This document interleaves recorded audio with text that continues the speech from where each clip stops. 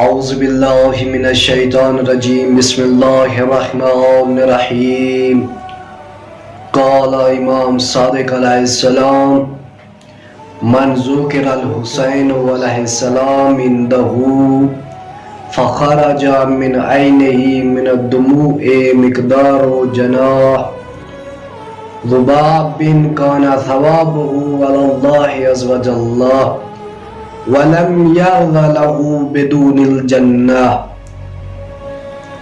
میرے واجب الاحترام سامعین ناظرین السلام علیکم ورحمۃ اللہ وبرکاتہ۔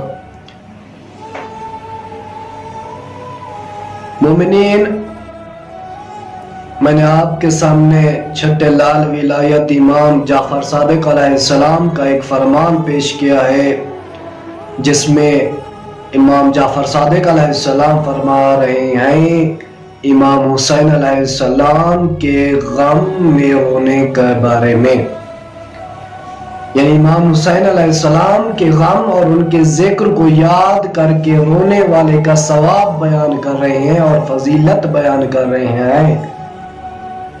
امام فرماتے ہیں جو شخص امام حسین علیہ السلام کے ذکر اور ان کی مصیبت کو یاد کر کے روئے گا اور یاد کر کے اس کی آنکھوں میں آنسو نکلے گا، اگر وہ آنسو مکھی کے پر کے برابر بھی ہوں تو اس کا ثواب خدا کے علاوہ کسی کے علم میں نہیں۔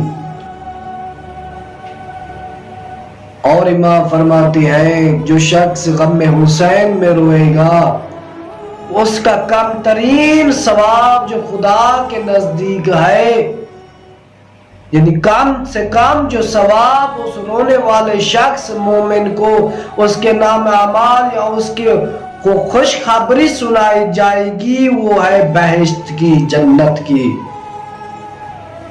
اس سے کم تر کوئی ثواب نہیں، یہ کم ترین ثواب فقط جنت ہے۔ میرے واجب الاحترام مومنین، آج جو میں بتانا چاہ رہا ہوں وہ ہے غم حسین میں رونے کا ثواب، اس کا اجر کتنا ہے، اس کا ثواب کتنا ہے، اور غم حسین میں رونے والی وہ آنکھ اور ان کے قطروں کی کتنی ارزش اور قیمت ہے۔ امام فرماتے ہیں امام حسین علیہ السلام کی سختی اور ان کی مصیبتوں کو یاد کرنے سے احتضار کے وقت کی سختیاں اور مصیبتیں ختم ہو جاتی ہیں۔ امام جعفر صادق علیہ السلام ایک وقت مسمع بن عبد المالک سے کہتے ہیں آئے مسمع، کیا تم میری جد حسین علیہ السلام کے غم میں ان کی مصیبتوں کو یاد کر کے روتے ہو؟ تو مسمع نے جواب میں کہا جی ابن رسول اللہ، میں آپ کی جد کی مصیبتوں کو یاد کر کے روتا ہوں۔ تو امام فرماتے ہیں مسمع، تمہارا رونا، یہ رونا جو ہے باعث بنے گا کہ میرے اجداد جو ہے تمہاری ملک الموت کو وصیت کریں گے،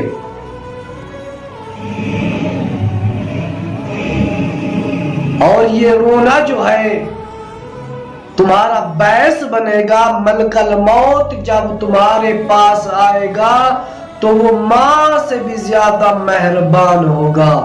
امام حسین علیہ السلام کے غم میں رونے میں روایات ملتی ہیں کہ بھی جو شخص غم حسین میں روتا ہے وہ رونا غم حسین میں اس کا باعث بنے گا کہ قبر میں سکون سے سوئے، اور فرشتے بھی، خدا کے فرشتے بھی اس کو اس کی قبر میں بہشت اور جنت کی خوشخبری سنائیں گے۔ اب بتانا چاہتا ہوں کہ غم حسین میں اس آنکھوں میں نکلنے والے جو قطرے ہیں آنسو کے، ان کی کتنی ارزش ہے، اتنی اس کی کتنی فضیلت اور قیمت ہے۔ مومنین غم حسین میں ان امام کی مصیبتوں اور ان کے غم کو یاد کرنے والی آنکھوں سے جو آنسو نکلتے ہیں، روایات میں ملتا ہے جو وہ آنسو اگر جہنم میں جا گرے تو واللہ وہ جہنم کی آگ کو بجھا دیں گے۔ اس آنسو کی وجہ سے جہنم کی آتش اور آگ جو ہوگی وہ بجھ جائے گی۔ اتنی فضیلت ہے کہ ملائکہ بھی غم حسین میں آنکھوں سے آنسو جو جاری نکلتے ہیں، ملائکہ ان آنسو کو شیشے میں بند کر کے عرش پر لے جاتے ہیں۔ کتنی فضیلت ہے غم حسین میں رونے اور ان کی غم حسین میں نکلنے والے آنسو کی۔